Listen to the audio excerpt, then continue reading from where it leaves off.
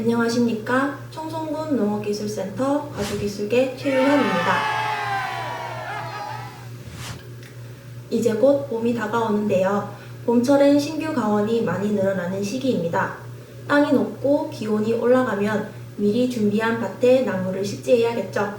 사과는 제식 후 1, 2년이 지나야 첫 수확을 할 수 있기 때문에 처음 가원을 조성할 때 식재한 품종과 대목이 전반적인 가원 운영의 방향을 결정하게 됩니다. 그래서 이번 영상은 농민분들에게 조금이나마 도움이 되고자 사과 신품종과 대목에 대해 알려드리려고 합니다.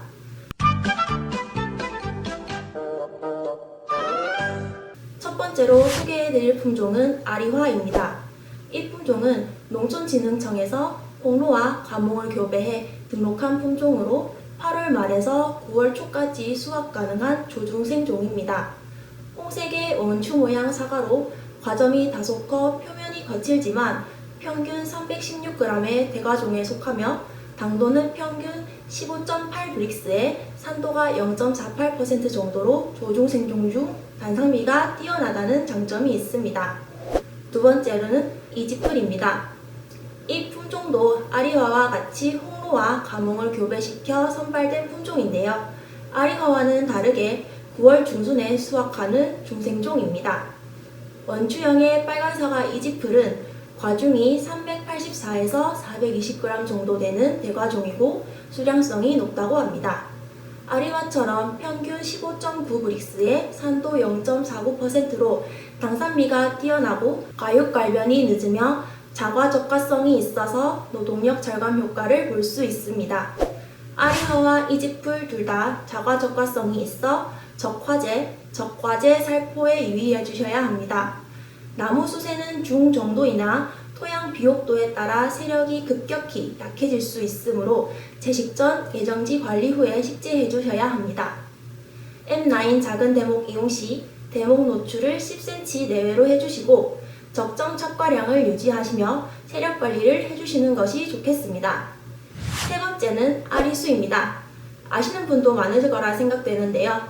아리수는 양광과 천추를 교배한 품종으로 9월 상중순에 수확이 가능해 홍로와 수확 시기가 비슷하거나 조금 빠르기도 합니다. 그래서 최근 홍로를 이은 추석 사과로 각광받고 있습니다. 과형은 원형으로 홍로와 비교해 과실 어깨 부위의 굴곡이 적고 밝은 적색으로 고도가 낮은 곳에서도 착색이 쉽게 잘 된다는 특징을 가지고 있습니다. 당도는 15.9브릭스에 산도가 0.43% 정도이며 갈변이 적어 가공용으로 알맞습니다. 단과지에 착과되어 수량 확보가 용이하지만 모본인 양광의 특성을 많이 닮아 동록 발생 위험이 높다는 단점이 있는데요. 이를 예방하기 위해서는 만개 후 3회 방제까지 유과기에 약재 살포를 약하게 하고 동록 유발 의심 약재인 유제, 보르도액, 구리수화제 살포를 피해 주시는 것이 좋겠습니다. 네 번째는 K1 후지입니다. K1 후지는 미야비 후브락스를 이은 새로운 착색계 후지아조 변이 품종입니다. 후지는 조숙계와 착색계로 나뉘는데 조숙계는 9월 말에서 10월 초에 수확하는 히로사키, 호모카, 료카, 야다카 후지가 있으며 착색계는 10월 중하순부터 수확하는 미얀마, 미시마, 로얄, 챔피언, 기쿠, 후브락스가 있습니다. 다섯 번째는 신품종은 아니지만 청송에서 급부상하는 품종을 소개해드리려고 합니다. 바로 시나노 골드인데요.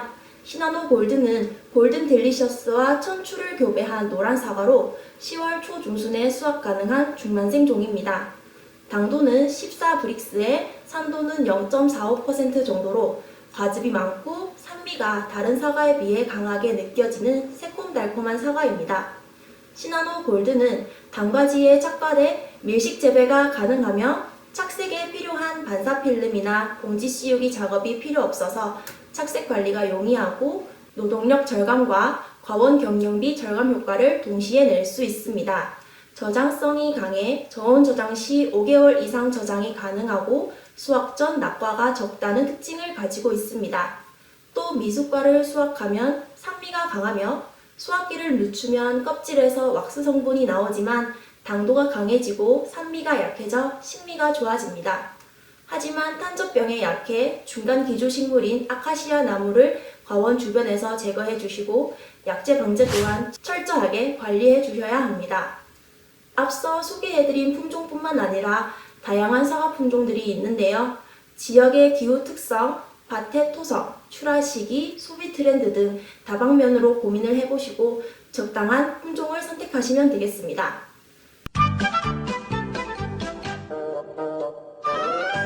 이제 품종을 결정하셨으면 대목을 선택해야 합니다. 과수나무는 종자로 번식할 경우 똑같은 특성이 아닌 잡종 개체들이 많이 나오기 때문에 접목, 휘무지 등 영양 번식을 사용해 증식을 시킵니다. 대목은 단순히 뿌리의 역할만을 하는 게 아니라 나무의 형태, 토양 및 기후 적응성, 병해충 저항성, 외성도, 과실 특징 등을 조절할 수 있습니다. 대목은 크게 실생 대목, 이중 대목, 작은 대목으로 나뉩니다. 실생 대목이란 사과 종자를 파종하여 번식한 대목을 말하며 실생 대목을 사용할 시 나무마다 수세가 고르지 못하고 과실 크기가 균일하지 않다는 단점이 있습니다. 하지만 접목 활착성이 좋고 뿌리가 깊게 뻗어 수세가 좋고 내한성이 강하다는 장점이 있습니다. 두 번째는 이중 대목입니다. 이중 대목은 실생 대목에 외화도가 높은 M9이나 M26 대목을 접붙인 것으로 작은 대목에 비해 외화도가 떨어지고 나무 크기가 고르지 못하다는 단점이 있습니다. 세 번째는 요즘 많이 사용하는 작은 대목입니다. 작은 대목은 외화도가 높은 대목을 영양 번식하여 증식한 것으로 대목의 특징 중 외화도를 가장 잘 이용할 수 있다는 특징이 있습니다. 대목 중에서도 가장 많이 사용하시는 대목은 외송 대목인 M9과 M26인데요. 이 대목들은 영국의 이스트 말링 연구소에서 선발되어 연구소의 이름과 선발 순서로 이름을 따서 M9, M26이라고 명명되었습니다. 첫 번째 M9은 실생의 25에서 35% 정도의 크기로 자라며 대가 생산이 가능하고 일반 대목보다 약 7일 정도 수기가 빨라 조기 결실 효과가 있습니다. 하지만 뿌리가 얕게 자라 지주대가 필요하고 벽병에는 강하지만 M26보다 내동성이 약해 동해 예방을 철저히 해주셔야 합니다. 또한 M9 대목을 접붙인 묘목은 대목과 접수의 불친화성으로 인해 접목 부위가 볼록하게 튀어나오는 특징을 가지고 있습니다. M9의 계통에는 T337, 엠라, 나가노 등이 있으며 우리나라에서는 M9을 무독화한 T337 계통을 가장 많이 사용하고 있습니다. 두 번째 M26은 M16과 M9을 교배해 선발된 대목으로 실생 대목의 40에서 50% 정도로 자라고 M9만큼 쑥기가 빨라 조기 결실 효과가 있습니다. M9보다 토양 적응성이 넓으며 내동성이 강하다는 장점이 있지만 토심이 깊은 양토에서는 수세가 커져 밀식장애가 종종 발생하기도 하고 M9처럼 사질 토양에서는 수세 쇠약의 위험이 있다는 것이 단점입니다. 앞서 말씀드린 것처럼 M9과 M26은 외성도와 내동성이 다르므로 과원의 기후와 품종에 알맞은 대목을 선택하시면 되겠습니다. 그리고 대목은 노출 정도에 따라 나무 세력에 영향을 주는데요. 대목이 지표면에서 많이 노출될수록 대목의 성질이 강해져 나무 세력이 약해지고 대목이 많이 묻힐수록 접수의 성질이 강해져 나무 세력이 강해집니다. 품종과 대목 종류에 따라 노출 정도를 조절해 주셔야 하는데요.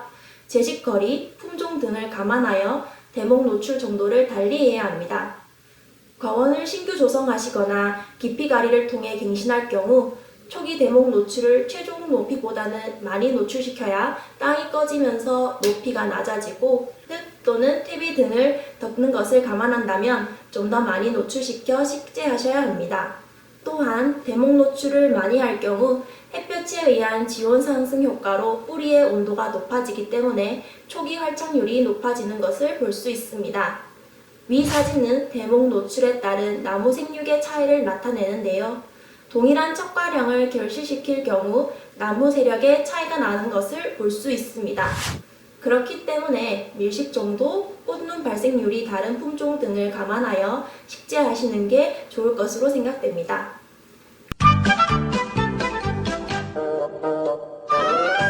이상 품종 품종과 대목에 대해서 간략하게 소개해드렸는데요. 앞서 말씀드렸다시피 신규 가원 조성의 품종과 대목은 가장 중요한 요소입니다. 품종과 대목마다 특징이 다르기 때문에 개원하시기 전 고민이 많이 되실 거라 생각됩니다. 이번 영상이 농민분들의 선택에 조금이나마 도움이 되셨으면 좋겠습니다. 감사합니다.